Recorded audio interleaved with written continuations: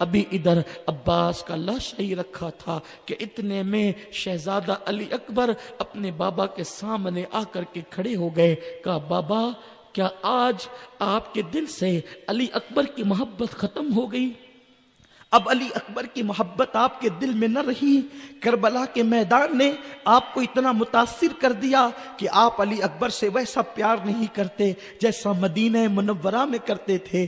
اللہ اکبر. میرے آقا حسین نے اوپر سے لے کر نیچے تک تصویر مصطفیٰ کو دیکھا. بیٹے محبت میں کیا کمی ہو گئی؟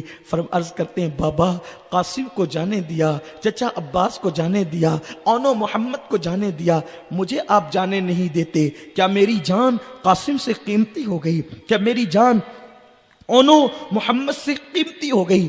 بابا آپ مجھے جانے کیوں نہیں دیتے؟ اتنے میں زینب پیچھے کھڑی تھی, پچھاڑے مارنے لگی. شہزادی کونین کی بیٹی کہتی اکبر ایسا نہ کہو, اس لیے کہ میں نے تمہیں بڑے ناز و نم سے پالا, اس لیے نہیں پالا کہ تمہارا لاشا خاک و خون میں تڑپے گا. لیکن شہزادہ علی اکبر نے کہا بابا جان آپ پھوپھی کو سمجھائیں نا, آپ پھوپھی کو بتائیں نا کہ مجھے میدان میں جانے کی اجازت دی جائے, ورنہ میں نانا جان کو کیا منہ دکھاؤں گا. اللہ اکبر. آج حضرت ابراہیم میدان کربل میں آئیں اور دیکھیں امتحان حسین, آج ان کے خوابوں کی تکمیل ہے. ذرا توجہ فرمائیں, میدان منا اور میدان کربلا کا فرق کیا ہے؟ تھوڑی سی توجہ فرمائیں. میدان منا کی یادگار منانے والے آج میدان کربلا کو دیکھیں. آج ابراہیم کے خواب کی تکمیل ہے. دونوں واقعات میں فرق کیا ہے؟ اہل علم کی, اہل عشق کی توجہ چاہتا ہوں. ایک باپ خواب دیکھتا ہے اور خواب دیکھ کر کے کہتا ہے اپنے بیٹے کو, میرے بیٹے میں نے اللہ کا حکم پایا ہے کہ میں تجھے ذبح کر رہا ہوں, بتا تیری مرضی کیا ہے. ذرا توجہ کریں کہ یہ منا کی وادی ہے, منا کا واقعہ ہے کہ اللہ کا پیغمبر اپنے بیٹے سے کہتا ہے بیٹے میں نے اللہ کا حکم پایا ہے کہ تجھے ذبح کر رہا ہوں, تیری مرضی کیا ہے. یہاں باپ بیٹے سے نہیں کہتا, بیٹا باپ سے کہتا ہے میرے بابا مجھے کربل میں جانے دیں اس لیے کہ آپ کی مرضی کیا ہے. لیکن وہاں حال یہ ہے, اللہ اکبر, باپ اپنے بیٹے کو منا میں لے جاتا ہے اور لے جانے کے بعد وہ بیٹا پیغمبر تھا کہتا ہے میرے ابا آپ کو جو حکم ہوا ہے افعل ما تؤمر, آپ کو جو حکم ہوا ہے وہ کر گزریے, انشاءاللہ من الصابرین, اور آپ مجھے صبر کرنے والوں میں پاؤ گے. لیکن ذرا توجہ کریں دونوں واقعات میں فرق کیا ہے. وہاں باپ اور بیٹا ہے, یہاں بھی باپ اور بیٹا ہے. وہاں باپ نے اپنے ہاتھ سے بیٹے کی گردن پہ چھری رکھنی ہے, لیکن اس چھری سے پہلے بیٹے کے پیر باندھ دینا ہے تاکہ بیٹا تڑپنے نہ پائے. اپنی آنکھوں پہ پٹی باندھ دینا ہے تاکہ بیٹے کی گردن پر چھری چلے تو وہ منظر باپ نہ دیکھ سکے. یہاں حسین نے کوئی پٹی نہیں باندھنا ہے بلکہ اپنی آنکھوں سے اپنے بیٹے کو تڑپتے ہوئے دیکھنا ہے. وہاں بیٹا پیغمبر تھا, عظمت امامت عظمت اسماعیل اپنی جگہ حق ہے, غیر نبی نبی کے برابر نہیں ہو سکتا. لیکن یہاں قربانی کی بات کر رہا ہوں. اسماعیل کا چہرہ اسماعیل تھا, لیکن علی اکبر کا چہرہ مصطفیٰ کی تصویر تھا. دونوں چہروں میں فرق ہے. وہاں باپ کی آنکھوں پہ پٹی ہے, یہاں باپ کی آنکھ پہ پٹی نہیں. حسین اپنے بیٹے کو خاک و خون میں تڑپتا دیکھنے والا ہے. ابراہیم آ کر وہ منظر دیکھیں, وہاں پر ہاجرہ سے کہا جاتا ہے ہاجرہ اپنے یار سے ملانے لے جا رہا ہوں. تیرے بیٹے کو یہاں ام رباب اور شہر بانوں سے یہ نہیں کہا جاتا کہ یار سے ملانے لے جا رہا ہوں. یہاں تو یہ کہا جاتا ہے دشمن کی یلغار میں بیٹے کو تڑپنے کے لیے بھیج رہا ہوں. لیکن ہاجرہ وہاں گھر میں بیٹھی ہے. یہاں شہر بانوں کا صبر کوئی آ کر کے دیکھے کہ شہر بانو حسرت و یاس کی تصویر بنی ہے, پھر بھی کہتی ہے مولا حسین میرے بیٹے کو شہادت سے محروم نہ کرنا ورنہ فاطمہ کو منہ کیا دکھاؤں گی. اونو محمد کی ماں سرخ روح ہوگی, فاطمہ حسین کی امی سرخ روح ہوگی, ام فروا قاسم کی ماں سرخ روح ہوگی, ام بنین عباس کی ماں سرخ روح ہوگی. شہر بانو وہاں منہ کیسے چھپائے گی؟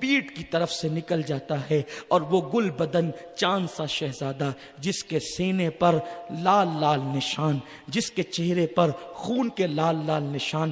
جب میں تاریخ میں علی اکبر کی شہادت پڑھتا ہوں اور مجھے تصور آتا ہے کہ علی کا چہرہ، علی اکبر کا چہرہ اتنا خوبصورت تھا، اس پہ لال لال خون کے نشان کیسے لگتے ہوں گے، تو میرا دل کہتا ہے ایسے جیسے کسی نے چاند پر پھولوں کی پنکھڑیاں بکھیر دی ہو، جیسے کسی نے آئینے پر گلاب کی پنکھڑیوں کو بکھیر دیا ہو، بلکہ ایسا لگتا ہے جیسے کسی نے سورج پر اللہ اللہ اکبر گلاب کو کھلا دیا ہو. بلکہ یوں لگتا ہے علی اکبر کے سینے کے زخم یوں لگتے ہیں جیسے کوثر و سلسبیل کے کنارے پر سرخ جوڑے پہنا کر حوروں کو بٹھا دیا گیا ہو. سلسبیل کے کناروں پر حوروں کو سرخ جوڑا پہنا کے بٹھائیں تو کیسے لگے گا.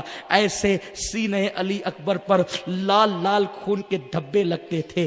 بیویاں جھانک جھانک کر خیمے سے دیکھ رہی تھی. ایک منظر حسین نے بھی دیکھا، آنکھوں پہ پٹی باندھ کر نہیں بلکہ آنکھوں سے دیکھا کہ بیٹا گھوڑے سے زمین پر آیا اور آواز دی، یا ابا ادرکنی، یا ابا ادرکنی، میرے ابا میری مدد کیجئے.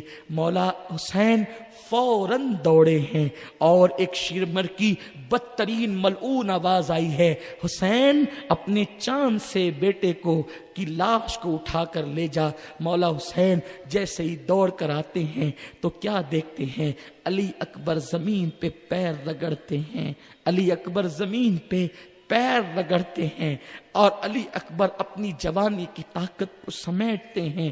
مولا حسین اپنے جوان بیٹے کے سرہانے کھڑے ہیں، اپنے جوان بیٹے کے سرہانے کھڑے ہیں. دل کی جائز مرادیں لے لیں، مولا علی اکبر کی شہادت سن لیں. اللہ قبولیت کا وقت ہے، ہماری بری تقدیروں کو بھلی کر دے.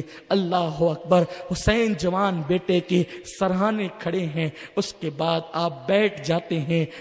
کربلا کی تپتی ہوئی ریت ہے، دوپہر کا وقت آ چکا ہے، گویا کہ آسمان شعلے اگل رہا ہے، زمین آگ اگل رہی ہے، آسمان شعلے برسا رہا ہے، تپتی ہوئی ریت ہے. ایسا لگتا ہے کہ پورے علاقے کی بلکہ پوری دنیا کی گرمی آج سورج کربلا ہی کے اندر اگل دینا چاہتا ہے. وہ 3 دن کا پیاسا شہزادہ جب اپنے باپ کی گود میں اپنے سر کو محسوس کرتا ہے، نیچے ریت تھی اور سر بابا کی گود میں تھا. علی اکبر نے باپ کے ٹھنڈے ٹھنڈے ہاتھ جب اپنے چہرے پہ محسوس کیے تو جوان بیٹے نے اپنے باپ کی گود میں آنکھ کھول دی. جیسے ہی آنکھ کھلی جوان بیٹے کی، باپ کو دیکھا اور دیکھنے کے بعد عرض کی، بابا بڑی تکلیف ہے، بابا بڑی تکلیف ہے. کوئی باپ تو دیکھے بیٹا بائک سے گرتا ہے تو باپ کے دل پہ کیا گزرتی ہے. آل محمد سر کٹانا جان دینا، کوئی تجھ سے سیکھ جائے، جان عالم ہو فدا. اے خاندان اہل بیت، تم نے وہ تاریخ رقم کی ہے کہ اب وہ تاریخ کوئی رقم نہیں کر سکتا. ساری رنگینیاں تاریخ کی خون حسین کے سامنے ماند پڑ گئی ہے. تڑپ کر کہتے ہیں، بابا میرے سینے سے یہ نیزہ نکالے. آپ کا بیٹا علی اکبر ابھی پھر دشمنوں سے جا کر لڑنے کی تیاری کر سکتا ہے. اتنا باپ نے سنا، تپتی ہوئی ریت پر جوان بیٹے کے سر کو رکھ دیا. علی اکبر کی زلفیں تپتی ہوئی ریت پر گویا کے بکھر گئی اور باپ 56 سالہ پوری طاقت کو اکٹھا کرتا ہے اور اکٹھا کرنے کے بعد وہ 56 سالہ باپ جیسے ہی اپنے بیٹے کے سینے سے نیزہ کھینچتا ہے، علامہ ابن عساکر لکھتے ہیں کہ جیسے حسین نے بیٹے کے سینے سے نیزہ کھینچا تو حسین نے کیا منظر دیکھا کہ اللہ اکبر، نیزے کی نوک پر علی اکبر کے دل کا ٹکڑا نکل آتا ہے. علی اکبر کے دل کا ٹکڑا، اللہ اکبر. ایکسیڈنٹ دیکھنے والے کئی دن تک کھانا نہیں کھاتے. علی اکبر جوان بیٹے کے دل کا ٹکڑا حسین نے نیزے پہ دیکھا اور دیکھنے کے بعد حسین پر اتنا غم آیا.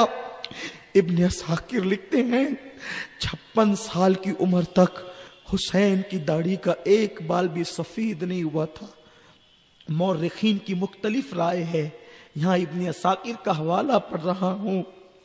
ہم کیسے اس قربانی کو بھلا سکتے ہیں جس نے ہمارے دین کو زندہ کر دیا۔ مولا علی اکبر کے دل کا ٹکڑا جب حسین نے نیزے کی انی پہ دیکھا، حسین کے سارے بال سفید ہو گئے۔ بیٹے نے پیر رگڑنا بند کر دیا کیونکہ دل ہی سینے سے نکل آیا۔ لوگ سر دے کر شہید ہوتے ہیں، علی اکبر نے تو دل بھی دے دیا، علی اکبر نے تو دل بھی قربان کر دیا۔